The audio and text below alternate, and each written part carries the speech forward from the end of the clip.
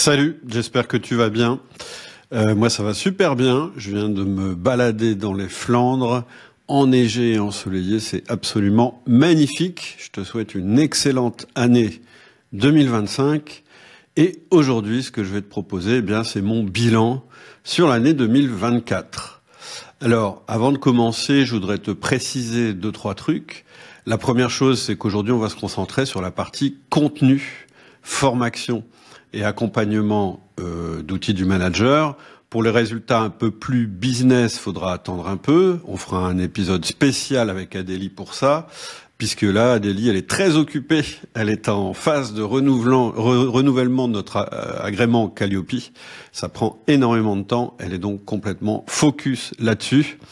Et à cette occasion, d'ailleurs, on parlera aussi de ce qui se passe, ce qui s'est passé en 2024 dans la communauté Le Ciel et ce qu'on va développer en termes de business to business.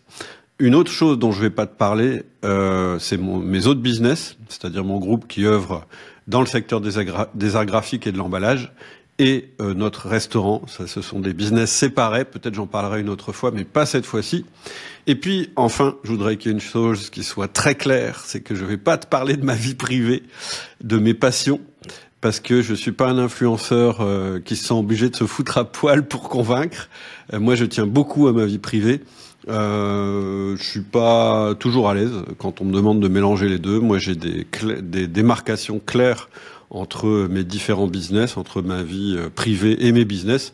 Et donc, on va vraiment se concentrer aujourd'hui sur outils du manager. Donc, chaque année, je prends quelques jours pour faire le point sur l'année écoulée. J'y pense pas toute la journée, mais voilà, je prends quelques jours et dans chacune de ces journées, je vais affecter quelques heures justement à mon bilan de l'année qui vient de s'écouler. Pour moi, c'est un exercice qui est vraiment indispensable, un petit peu comme si je passais un entretien d'évaluation avec moi-même. Je te conseille vraiment de le faire. Je pense que c'est vraiment important et primordial de faire des pauses pour faire le bilan.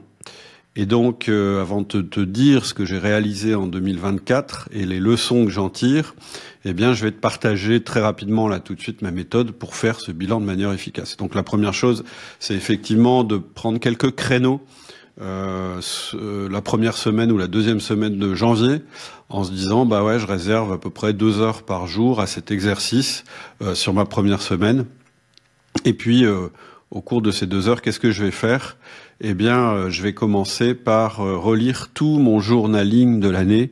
Je te rappelle que je note, moi, quasiment tous les jours ce que j'ai fait dans la journée. Je relis ça chaque mois, je fais une synthèse. Et donc, à la fin de l'année, c'est facile de relire toutes mes synthèses mois par mois et d'essayer d'en tirer justement la matière pour faire mon bilan. Ensuite, donc, je vais faire une synthèse pour identifier les moments clés de mon année, ce qui s'est passé, les décisions importantes que j'ai prises, et puis celles qui ont fonctionné, pas fonctionné, et puis les tournants qu'il y a pu y avoir, soit dans mon activité, soit dans la stratégie que je prévois pour mon activité. Et puis là, je vais me poser une série de questions assez structurantes que je vais te proposer maintenant. Je vais te donner mes réponses. Je vais réfléchir à mes grands accomplissements, c'est-à-dire ce que j'ai fait dans l'année. Je vais lister aussi mes sources d'inspiration. Donc là, pour ce podcast, j'ai choisi les livres, même si j'ai eu d'autres sources d'inspiration. Par exemple, des films, par exemple, des formations que j'ai faites, des rencontres que j'ai faites. Là, je me suis focalisé sur les livres pour pas que le podcast dure trop longtemps. Et puis ensuite, je vais noter ce qui me rend fier dans ce que j'ai fait, mes accomplissements dont je suis fier. Et ensuite, je vais faire ce que j'appelle mon mea culpa, c'est-à-dire toutes les choses que j'aurais pu mieux faire ou que je regrette de ne pas avoir mieux faites. Et puis, une fois que j'ai fait ça, c'est le moment de réfléchir à l'année qui vient et de me fixer des objectifs généraux pour cette année qui vient et des objectifs un peu moins généraux et plus concrets pour le trimestre qui vient. Donc, c'est ce que je te propose de faire tout de suite. Donc, après cette première partie, cette introduction, je retrouve mes notes et je vais juste te donner un petit peu le plan que je me suis fixé pour le podcast d'aujourd'hui. Deuxième partie, ce sera l'évolution de vision et de positionnement sur outils du manager. La troisième partie, ce sera mon enrichissement intellectuel, un peu mes sources, qui m'a fait évoluer cette année, en particulier dans mes lectures. Quatrième partie, les autres développements d'outils du manager. Cinquième partie, les fiertés et les réalisations. Sixième partie, mon mea culpa. Et septième partie, la vision et les objectifs. Donc, deuxième partie, on la démarre tout de suite. Évolution et vision dans le positionnement. 2024, en fait, ça a été une année assez charnière pour outils du manager, en tout cas de mon point de vue, avec 3 développements majeurs que je vais détailler dans cet épisode. L'évolution de mes contenus, la transformation du ciel et la structuration de nos partenariats avec des entreprises qu'on appelle chez nous la partie B2B, la partie business to business. Donc, je commence tout de suite par l'évolution de vision et de positionnement. L'avancée la plus significative en 2024 que j'ai fait à ce niveau-là, je pense, c'est la clarification de ma vision à travers le manifeste que je t'ai proposé, qui décrit un petit peu la vocation, en tout cas celle que je fixe là maintenant, que je fixe à Outils du Manager, qui s'appelle l'entreprise pour réparer la société. C'est quelque chose dont j'ai parlé en fin d'année. Il y a eu des épisodes là-dessus et tu as la possibilité de télécharger ce manifeste. Je voudrais dire que c'est pas simplement un slogan marketing, c'est vraiment le fruit d'une longue réflexion sur le rôle du management et de l'entreprise dans notre société.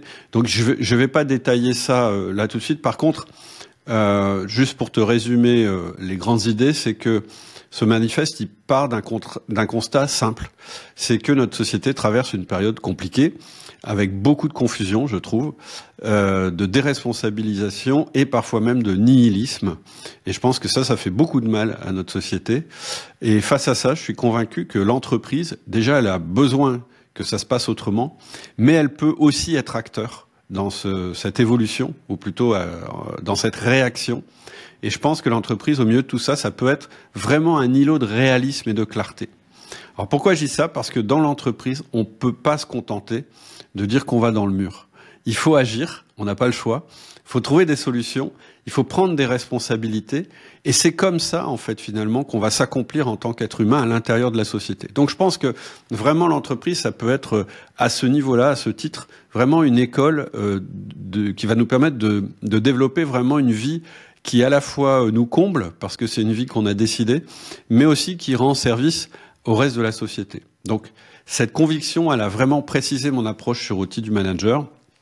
Ce que je me suis dit, c'est que désormais, chaque contenu que je crée, il faudra que ça aide les dirigeants et les managers à développer dans leurs entreprises un environnement qui permet à leurs salariés de devenir plus accomplis en tant qu'être humain, tout en contribuant évidemment à la création de valeur de l'entreprise et donc à la création de valeur dans la société.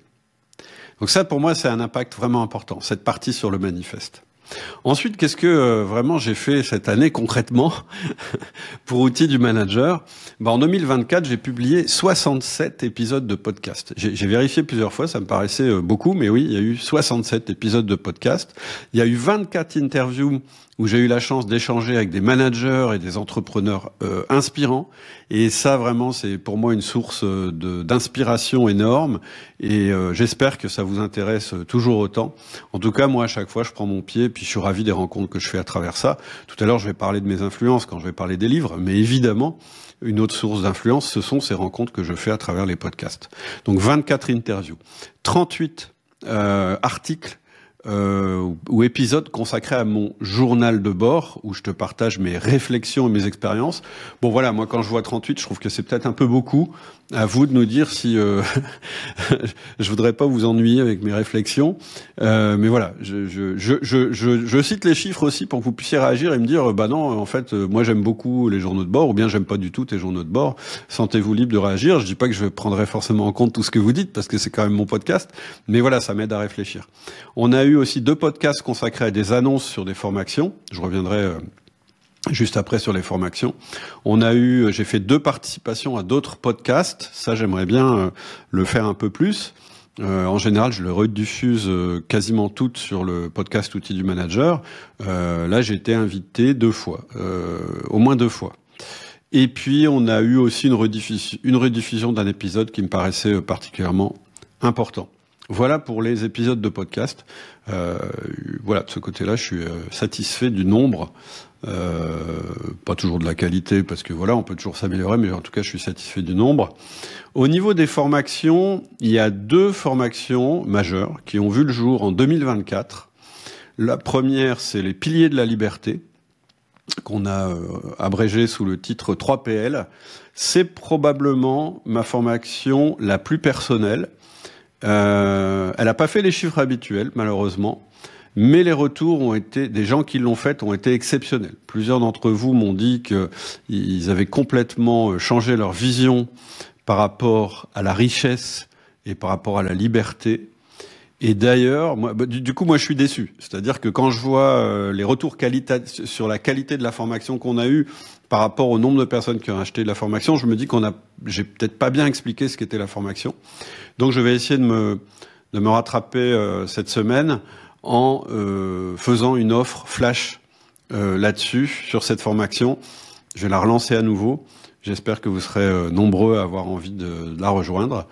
Comme je le disais, c'est quelque chose qui est un peu différent de l'habitude. C'est plus perso, c'est plus sur la manière de planifier sa vie, d'avancer dans la vie et par rapport à des concepts, le concept de la liberté, c'est-à-dire comment on fait pour avoir le plus d'options possibles dans sa vie. Alors ça paraît peut-être un peu théorique quand j'en parle comme ça, mais ça va toucher l'argent, ça va toucher l'organisation, ça va toucher la santé, etc., etc. La deuxième formation que j'ai sortie en 2024, je dis qu'on a sorti parce qu'on était 2, c'est une formation qu'on a réalisée avec Karine Deville, c'est l'art de la communication disruptive. Et cette formation, elle s'inscrit vraiment dans cette volonté de transformer les entreprises par un management plus humain et plus efficace. Donc je le disais, je l'ai réalisée avec une spécialiste qui s'appelle Karine Deville, que vous connaissez déjà, qui est déjà venue sur le podcast. Elle a été lancée toute fin d'année. Et vous avez été plus de 180 à nous rejoindre dans cette formation. Donc là, gros succès au niveau de la participation. Je trouve ça génial. Et là, dans quelques semaines, on va organiser un live avec tous les élèves de la formation, enfin, tous ceux qui auront envie de nous rejoindre, pour pouvoir répondre à leurs questions en direct par rapport à des problèmes de communication qu'ils auraient ou qu'elles auraient avec leurs collaborateurs ou leurs collègues, etc., etc. Donc ça, c'était les formations. Là, par contre, franchement, ça va faire partie de mes déceptions. 2 formations en un an, j'ai regardé plusieurs fois, je me suis dit, mais c'est complètement... D'habitude, j'en fais beaucoup plus, j'en fais au moins 5 par an. En tout cas, je crois que la moyenne depuis le début, c'est 5 par an. Donc là, petite déception pour ma part. Ensuite, il y a les conférences. Donc dans les conférences, c'est soit des conférences que j'ai faites en visio, soit des conférences que j'ai faites en présentiel. J'en ai fait qu'une en présentiel. Et puis c'est aussi les lives que je donne dans le cadre du Ciel, c'est-à-dire le cercle des intrapreneurs et entrepreneurs libérés dont je parle souvent, puisque eux, ils ont droit à des conférences spécifiques. Et donc j'en ai fait 13 cette année. J'ai fait 5 lives en solo, où notamment j'ai parlé du flow en entreprise, un concept qui me passionne depuis longtemps et sur lequel j'ai donné 2 conférences spécifiques. Ensuite, j'ai parlé de la création de Bible à travers la création d'une Bible de processus commercial pour mes commerciaux. Je pense que c'était un épisode... plutôt un live vraiment intéressant parce que l'idée c'était de dire comment on fait pour capitaliser sur les meilleures pratiques de l'entreprise et comment on fait pour que ces meilleures pratiques soient respectées par l'ensemble des personnes. Donc j'ai appelé ça une Bible. On a parlé aussi de la vision globale et enfin on a parlé aussi, j'ai fait une conférence sur le concept du joueur infini qui m'a particulièrement marqué cette année. Je vais y revenir. Où le principe, c'est de passer du statut de, on va voir ce que ça veut dire, de joueur fini au statut de joueur infini quand on est manager ou chef d'entreprise. Donc, 5 lives en solo. Ensuite, 6 lives participatifs qui ont permis d'aborder des sujets où là, je suis vraiment pas expert ou peu expert. Et comme par exemple, la direction commerciale, comme l'utilisation d'un CRM, comme la mise en place d'un système managérial mais spécifique pour le commerce, Voilà. Et puis, j'ai eu aussi en présentiel le plaisir d'intervenir chez un de nos clients Ciel, avec qui on a développé tout un programme d'intégration du management dans ses entreprises, dans son groupement d'entreprises. Et là, je suis intervenu devant le groupement d'entreprises pour sa réunion annuelle, avec une conférence qui s'appelle « Faites de vos collaborateurs des héros ». Ça m'a beaucoup plu. Et enfin, j'ai aussi participé à un sommet sur la productivité au cours duquel j'ai proposé une conférence qui s'intitule « Le stratège fainéant ». Je sais qu'il y a plusieurs d'entre vous qui ont participé et que ce séminaire a été fortement apprécié aussi. Donc, 13 conférences au total cette année. Donc, les chiffres, c'est 13 conférences au total cette année, 2 formations et 67 interviews, 2 podcasts. Voilà pour la création de contenu. Voilà, donc on a vu l'évolution, la petite évolution du positionnement d'outils du manager. On a vu ma production, c'est-à-dire que ce que j'ai produit comme contenu en 2024. On va passer maintenant à la partie enrichissement intellectuel, en sachant que c'est assez partiel ce que je vais dire, parce que l'enrichissement intellectuel, il est autant dans mes rencontres, autant dans mes expériences que dans ce que j'ai lu ou des formations que j'ai faites. Mais là, j'ai voulu un petit peu me focaliser sur les lectures, parce que je sais que vous êtes assez demandeurs régulièrement. Vous avez des gens qui me disent « mais qu'est-ce que je pourrais lire pour évoluer ?» etc. Donc, je vous ai fait une petite sélection. Donc, l'année 2024, effectivement, pour moi, elle a été riche en lecture et en apprentissage. J'ai lu à peu près 25 livres, dont une dizaine, un peu plus d'une dizaine, étaient directement reliés au business et au management. Les autres livres, ça vous intéresse pas forcément, c'est plutôt des romans. En ce moment, je vais quand même le dire, je suis en train de lire un livre de Jack London qui s'appelle Martin Eden, qui est vraiment bien écrit. Et je vous dirai 2 mots de la personne qui m'a conseillé de lire ce livre. Puis sinon, je lis aussi des biographies, des choses comme ça. Mais sur l'enrichissement intellectuel vraiment lié au business, etc., j'ai retenu plusieurs concepts. Donc le premier concept, c'est le concept du jeu infini. J'ai lu un livre de James P. Cars, dont le livre s'appelle Finite and Infinite Games, et qui propose une distinction fondamentale qui a transformé ma vision du management. En fait, il explique qu'il y a 2 types de jeux. Des jeux finis, comme une partie de foot, par exemple, où l'objectif c'est de gagner, et des jeux infinis où le but est de perpétuer le jeu.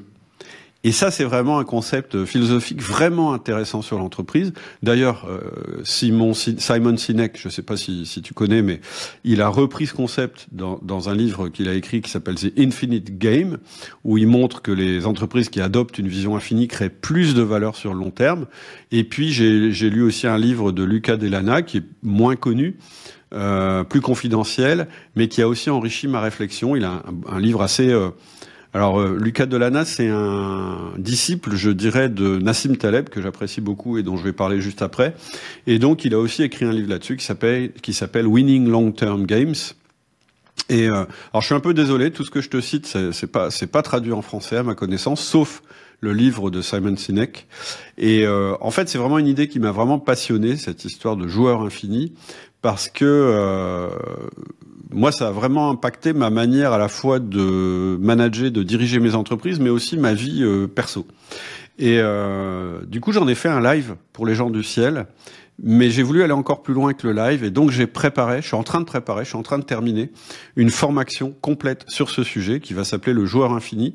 Donc sois attentif dans tes mails, parce que je vais sortir cette formation soit en janvier, soit en février. Je sais pas encore très bien, j'ai pas regardé le planning avant de faire le podcast. Et donc je pense que ça peut intéresser tout le monde, parce que c'est vraiment la formule idéale pour gagner à tous les coups. Donc c'est assez intéressant de gagner à tous les coups, et pour construire des équipes et des entreprises qui durent sur le long terme. Et c'est vraiment une approche qui peut être qui peut te transformer et je dirais abaisser considérablement ton niveau de stress tout en augmentant beaucoup ton niveau de performance. Donc voilà, c'est vraiment un concept intéressant. Je peux pas le détailler en 3 secondes et c'est pas l'objet de ce podcast, mais de toute façon il y aura une formation complète là-dessus. Ensuite, Nassim Taleb, chaque année, de toute façon, je relis un de ses livres, ou plutôt des extraits de ses livres. Là, j'ai spécifiquement pas mal relu Antifragile et Skin in the Game. Donc Nassim Taleb, pour moi, ça reste une influence majeure. J'ai déjà fait des podcasts et je parle souvent d'antifragilité. Et là, j'ai un peu plus focalisé sur ce qu'il appelle the skin in the game. Le skin in the game, ça veut dire risquer sa peau. Et donc dans ce livre, il développe vraiment des idées cruciales pour notre époque, je pense, avec l'importance d'une part de construire des systèmes qui se renforcent face aux crises, et d'autre part, et ça rejoint assez fort le manifeste dont je parlais tout à l'heure, la nécessité d'avoir vraiment une notion de risquer sa peau quand on prend des décisions, surtout quand elles impactent les autres, parce qu'en fait, on va se rendre compte que quand on est inclus dans la décision, c'est-à-dire qu'on va subir les conséquences de notre décision, on va mieux décider en fait. Et donc, c'est une clé pour mieux décider. Et je pense que cette histoire d'être affecté par les résultats de nos décisions, presque autant que les autres personnes seront affectées, ça permettrait que nos politiques prennent de meilleures décisions en général. Ensuite, un autre concept, pour moi qui est vraiment fondamental depuis très longtemps, c'est la théorie du flow. J'ai déjà fait des choses sur YouTube là-dessus. Tu tapes flow sur l'outil du manager, tu verras ce que c'est. Bon, tout ça, ça vient d'un chercheur en psychologie qui s'appelle Mihaly Csikszentmihalyi, excuse-moi, son nom est imprononçable et il est encore plus compliqué à écrire. Et j'ai relu 2 livres pour moi fondamentaux. Le premier livre c'est Flow et le deuxième livre c'est Good Business. Alors Flow il a été traduit en français mais pas Good Business, c'est dommage.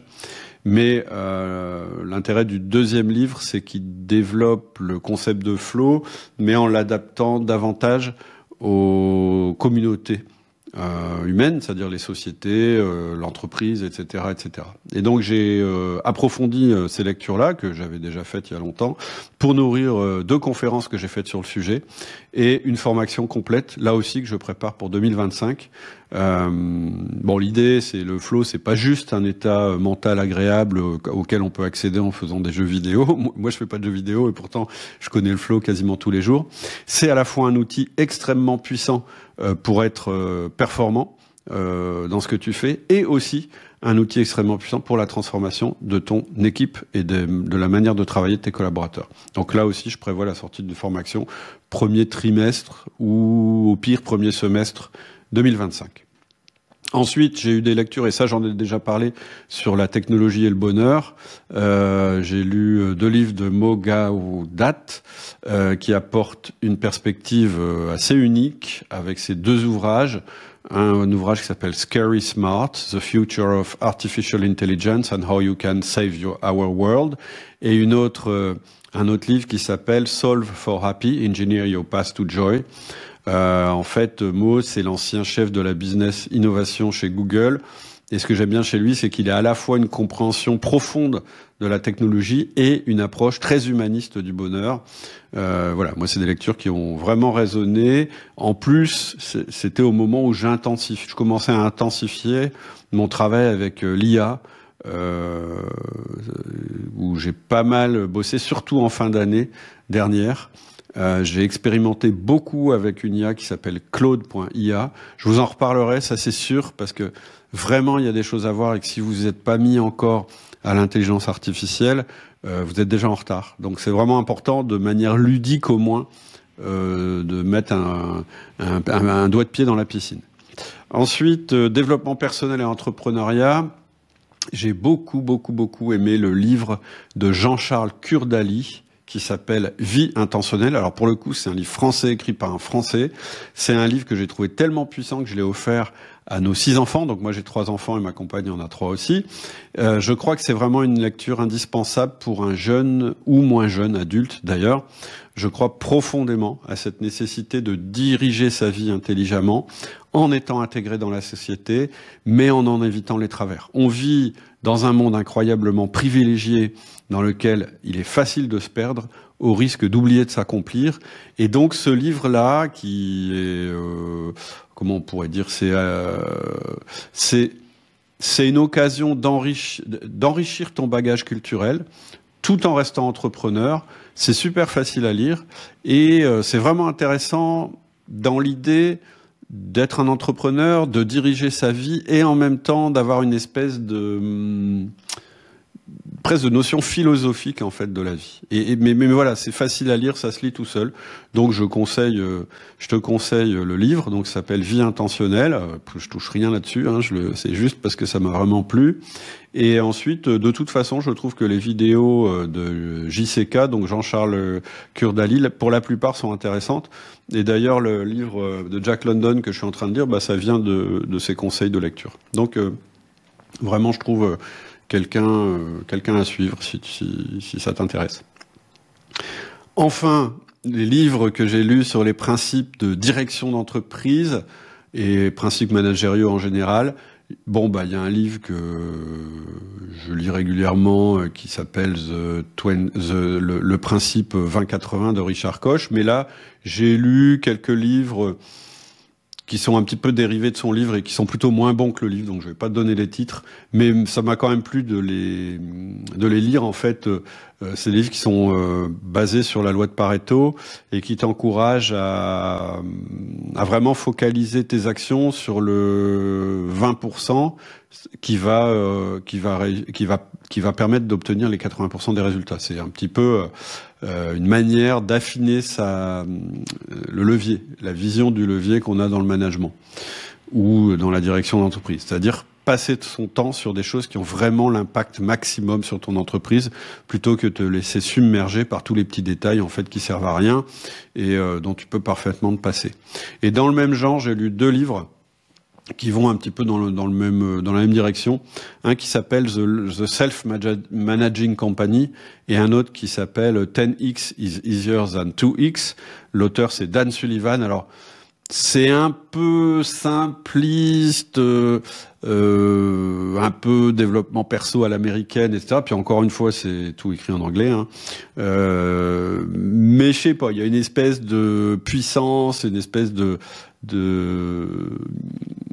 d'énergie dans le livre qui m'a plu, et puis voilà, c'est toujours le même principe du 20-80 qui consiste à employer vraiment ton effort dans des choses qui vont faire évoluer rapidement ta vie ou ton entreprise. En tout cas, ça a confirmé ma conviction qu'un système de management bien pensé, il doit libérer l'entrepreneur et il doit multiplier les résultats, ce qui est exactement ce que je préconise aux entrepreneurs et aux managers. Voilà pour la partie, je dirais, enrichissement intellectuel et en particulier à travers les livres que j'ai lus. Alors, on arrive à la partie suivante où je vais te parler, je dirais, des autres domaines d'outils du manager. Je vais pas trop rentrer dans le détail parce que je voudrais pas trop déflorer le sujet qui sera abordé avec Adélie dans un prochain épisode. Mais en fait, ça fait quand même partie des accomplissements dont je suis vraiment fier, même si c'est pas moi, même si j'en ai été peu, j'en étais à l'origine, mais pas, je dirais, dans la partie concrétisation et opérationnelle. C'est vraiment Adélie là de ce côté-là qui a très très bien avancé cette année là-dessus. Mais voilà, je voudrais quand même en parler parce que outils du manager aujourd'hui, c'est vraiment trois parties. C'est vraiment la création de contenu, la proposition de formation, etc. Le podcast, etc. Mais il y a aussi le ciel, c'est-à-dire le ciel, c'est le cercle d'entrepreneurs et d'intrapreneurs. Et puis il y a aussi la partie business to business sur laquelle on travaille beaucoup en ce moment. Donc, sur le ciel, donc cercle des intrapreneurs et des entrepreneurs libres ou libérés, on a eu une évolution majeure en 2024, c'est que on a ouvert le ciel à des dirigeants salariés. Au début, moi, mon idée, c'était vraiment de réserver cette partie-là d'outils du manager purement à des chefs d'entreprise, je dirais propriétaires de leur entreprise.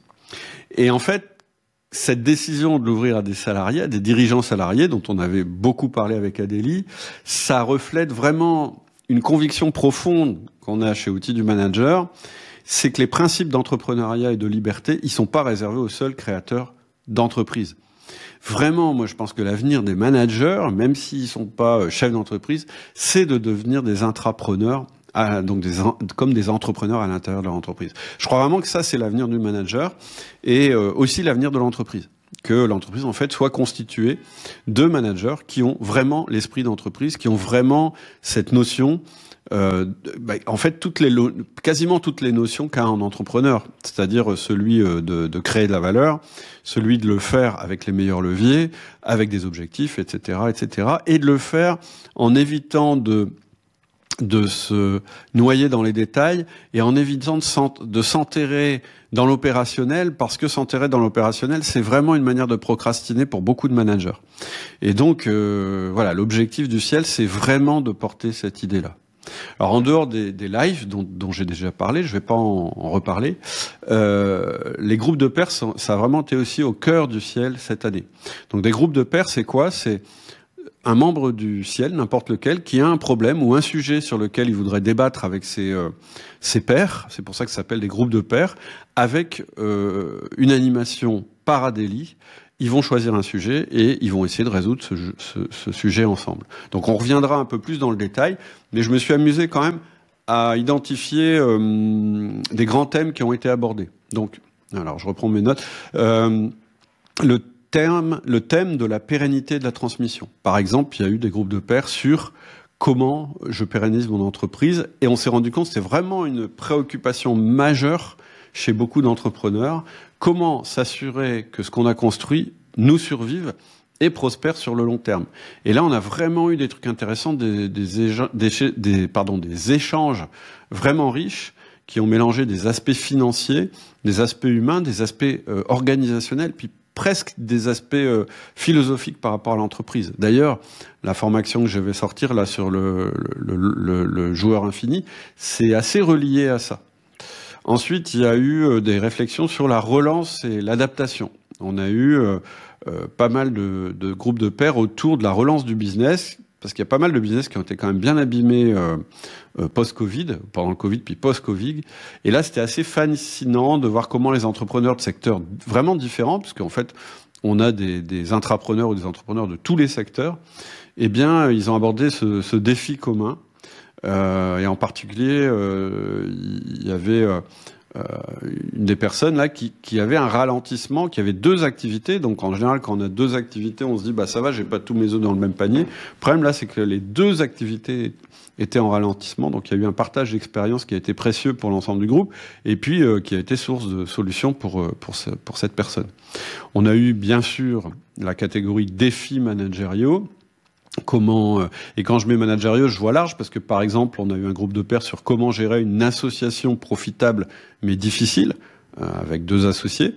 Comment préparer un onboarding inoubliable pour un bras droit. Donc à chaque fois, par exemple, c'était des questions vraiment concrètes à laquelle des réponses pratiques ont été apportées grâce à l'intelligence collective du groupe. Évidemment, on a parlé de développement commercial. Ça, c'est un sujet particulièrement actif en général, avec des sujets comme comment je peux doubler le prix de mes offres. Donc c'est un beau challenge, c'est pas mal d'en discuter ensemble. Comment gérer le recrutement dans un secteur en tension, comment développer mon business en francophonie avec des conférences. Bref, et à chaque fois, en fait, souvent ce qui se passe, c'est que la personne vient en groupe de pairs avec une question précise, et en fait, en discutant, les réponses dépassent l'attente initiale. C'est-à-dire que souvent, il y a plein d'autres solutions qui émergent et qui sont parfois plus intéressantes que ce que la question semblait présager.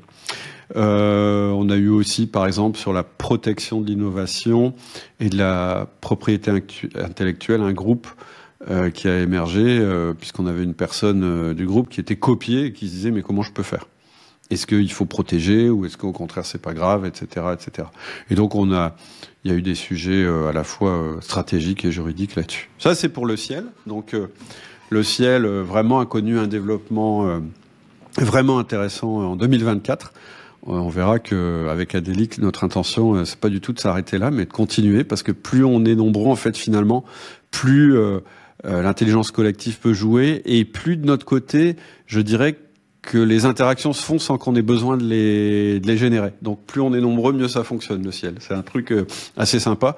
Quand un business fonctionne mieux, quand il y a plus de clients, mieux ça fonctionne, sans forcément mettre trop de moyens en plus. Et puis sur l'aspect B2B, alors c'est quoi B2B ? En fait, notre idée c'est même pas notre idée, c'est votre idée. On a beaucoup de demandes de votre part de managers ou de chefs d'entreprise qui nous disent « mais en fait, ce que vous dites dans le podcast, c'est génial, j'ai fait des formations, je trouve ça super, je les ai mises en place à mon niveau, mais en fait, maintenant, moi, j'aimerais bien généraliser ça dans mon entreprise, dans mon groupement d'entreprises, etc. Mais j'ai pas les méthodes, je suis pas accompagné, je sais pas comment faire.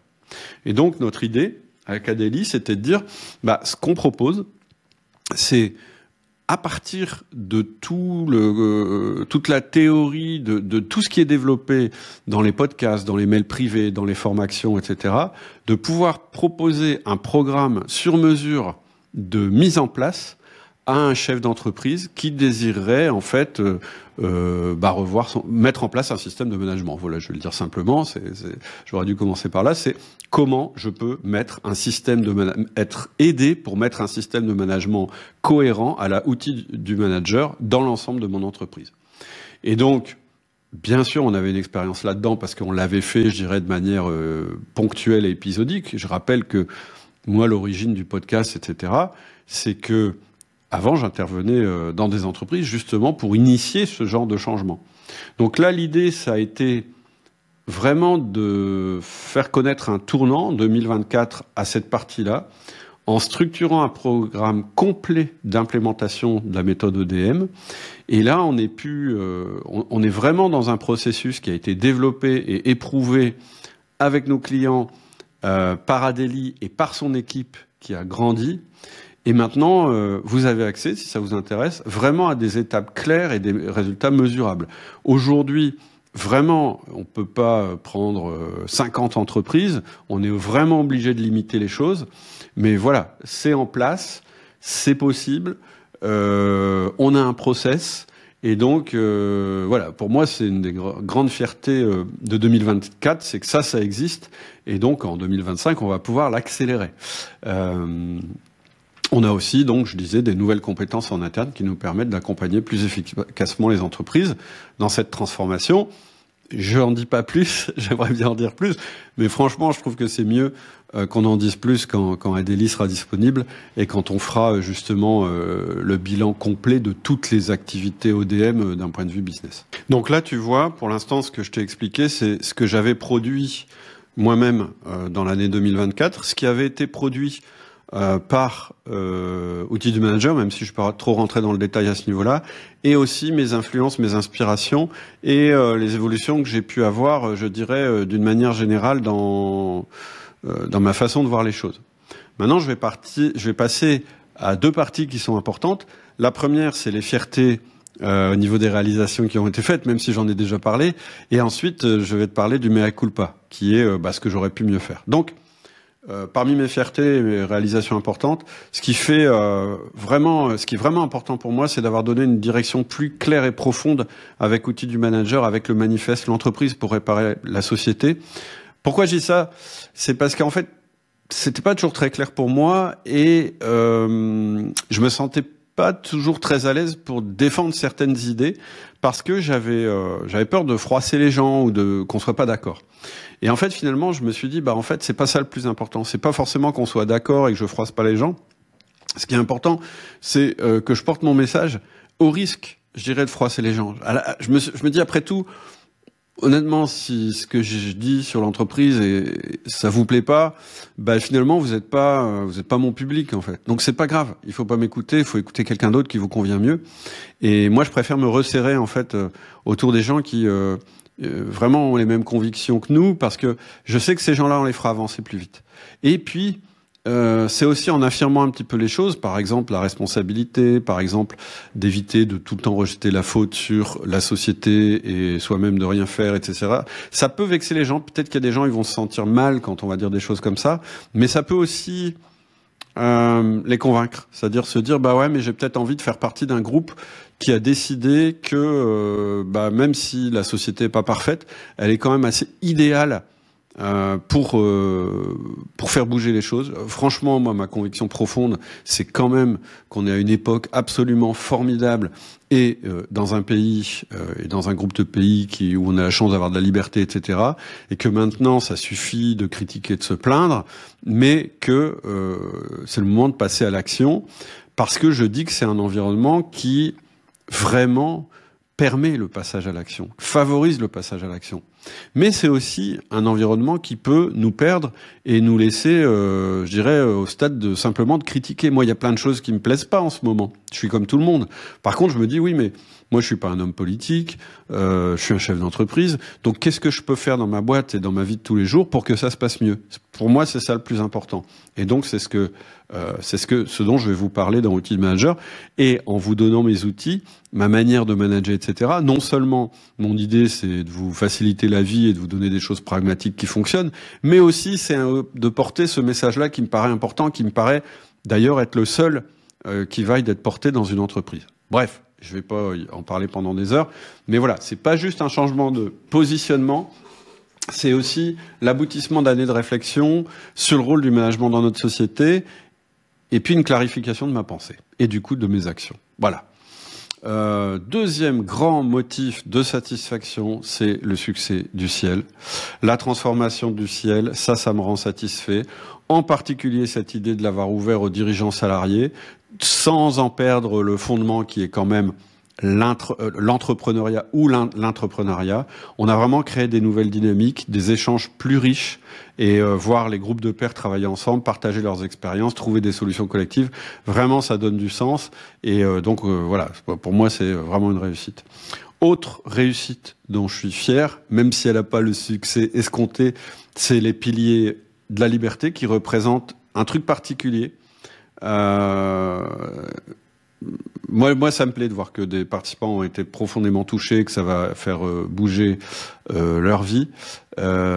Franchement, quand quelqu'un vous dit que ça a changé sa vision de la liberté, de l'entrepreneuriat, de la richesse, etc., vous savez que vous avez créé quelque chose qui compte vraiment. C'est pour ça que j'ai décidé de relancer cette formation là cette semaine. Et pour en savoir plus, il suffit de cliquer sur le lien en description. L'autre grande réussite, c'est évidemment l'autre formation, celle que je viens de terminer avec Karine. Super succès, donc on va essayer de le transformer, ce succès, en faisant un live de qualité pour les élèves qui nous ont fait confiance. Et puis, bien sûr, tout ce démarrage qu'on a eu avec des entreprises en business to business, ça aussi, c'est une des grandes fiertés parce que c'est très prometteur pour la suite et pour le développement d'outils du manager. Pour moi, c'est aussi une inflexion, puisque outil du manager, je le réservais vraiment à une évolution personnelle d'une personne qui a envie de venir nous voir et qui veut faire une formation. Et là, on change un peu de forme puisqu'on s'adresse carrément à des entreprises. Mais en fait, je pense que c'est très complémentaire. Je vous en dis pas plus, on en reparlera certainement avec Adélie. La partie suivante, moins marrante, c'est ce que j'appelle mon mea culpa. Alors, elle est moins marrante, mais en fait, c'est celle qui te permet de faire des progrès. Donc, j'ai vraiment un truc où je me dis, là j'ai merdé, c'est sur la production de formation. 2 formations cette année, je me suis dit, mais qu'est-ce que t'as foutu, quoi? Parce que finalement, moi, ma moyenne habituelle, c'est 5. Donc, je suis en dessous de ma moyenne habituelle. Donc, j'ai regardé, je me suis dit, mais est-ce que c'est parce que j'ai été complètement mangé par mes autres business, etc. Il y a un peu de ça, parce qu'il y a eu des sujets, mais voilà, pas plus que ça. Je pense que l'erreur, en fait, c'est simplement que j'ai un peu négligé cet aspect. Je me suis un peu dispersé en mettant beaucoup d'énergie dans les autres contenus, les podcasts, les lives, les conférences. Après, il y a aussi le manifeste. Cette réflexion, en fait, elle m'a pris du temps, en fait. Le truc du manifeste, c'était pas si évident que ça. Donc, j'ai mis pas mal de temps et d'énergie là-dedans. Donc voilà, c'est un peu les vases communicants. Ce que j'ai réussi cette année, peut-être que ça a coûté dans d'autres domaines et mon mea culpa, il est là. En tout cas, bref, je ressens une déception à ce niveau-là. Alors pourquoi je ressens une déception? Parce que vraiment, pour moi, la formation, aujourd'hui, ça changera peut-être, mais c'est vraiment le meilleur outil de transformation. Je sais que quelqu'un qui prend une formation, allez, à 99%, il va se transformer, il va évoluer.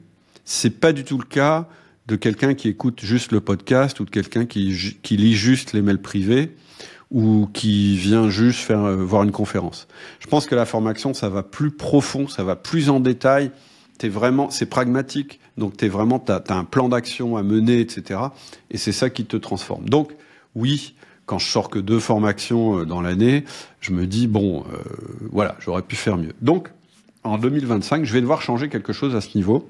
Et puis en plus, ouais, ce que j'ai oublié de dire, c'est qu'une formation, ça m'oblige aussi à creuser les sujets. Un peu plus que quand je fais une conférence ou que j'en parle dans le podcast. Ça m'oblige à dire, ouais, mais le message, les gens, peut-être ça va les intéresser, mais ce qui est surtout intéressant, c'est comment ils vont passer à l'action. Donc ça, on va travailler ça en 2025, c'est sûr.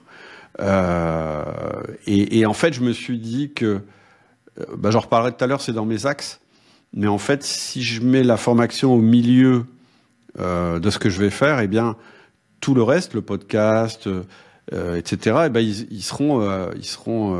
viendront se greffer sur la formation. Enfin, je t'explique ça dans la dernière partie sur mes objectifs 2025.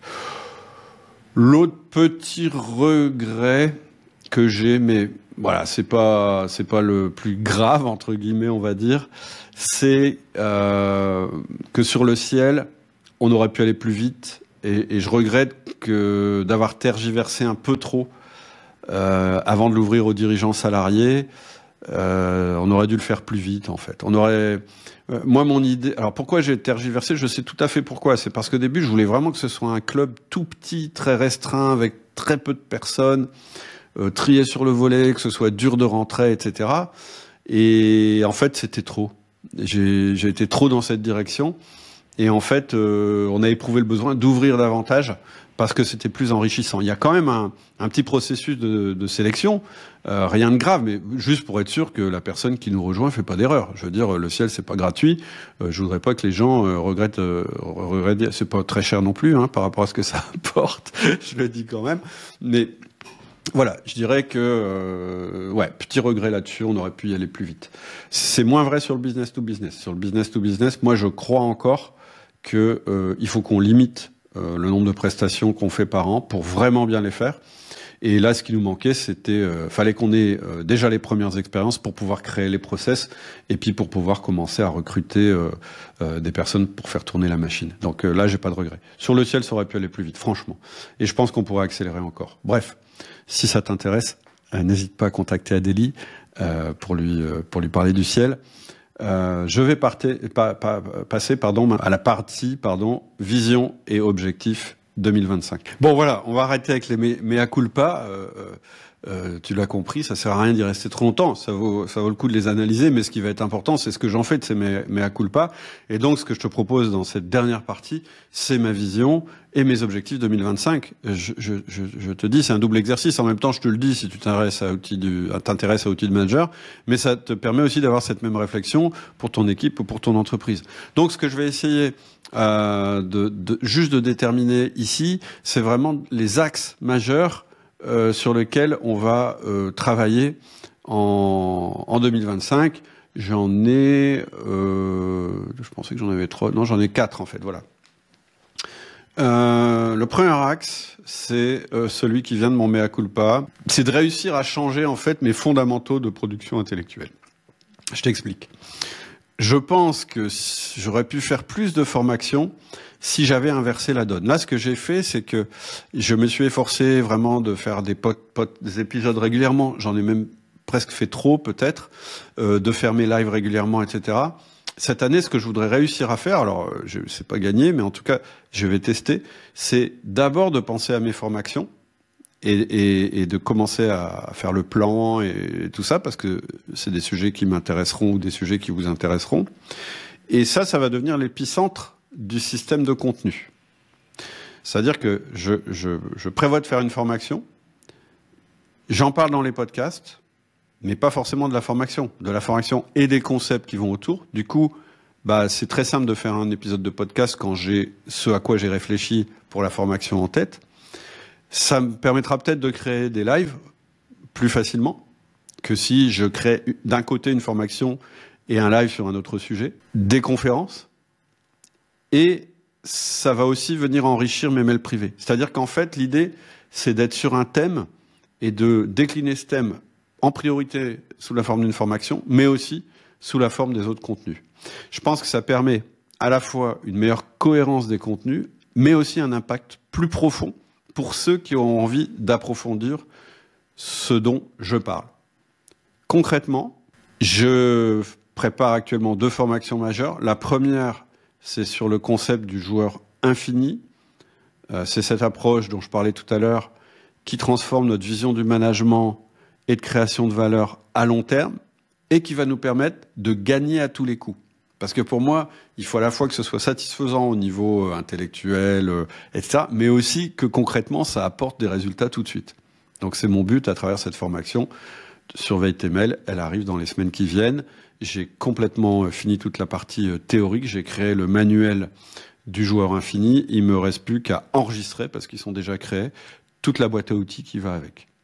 Les 2 formations suivantes, celles auxquelles je pense, c'est une formation sur le flow dans l'entreprise. C'est pas un hasard, tu l'as compris. C'est vraiment quelque chose qui est une intersection parfaite pour moi entre la performance et l'épanouissement personnel. Et donc, ça concerne à la fois toi, en tant que manager ou chef d'entreprise, pour travailler, mais ça peut aussi être vraiment une manière de faire travailler et d'organiser ton entreprise ou ton équipe différemment. Donc pour moi, ça peut être aussi au cœur d'un management réussi. C'est pour ça que pour moi, c'est une formation que j'ai vraiment envie de sortir. Et puis, l'autre idée de formation, c'est la négociation dans l'entreprise. Et là, je la ferai pas tout seul, cette formation, parce que je dirais que c'est pas ma spécialité.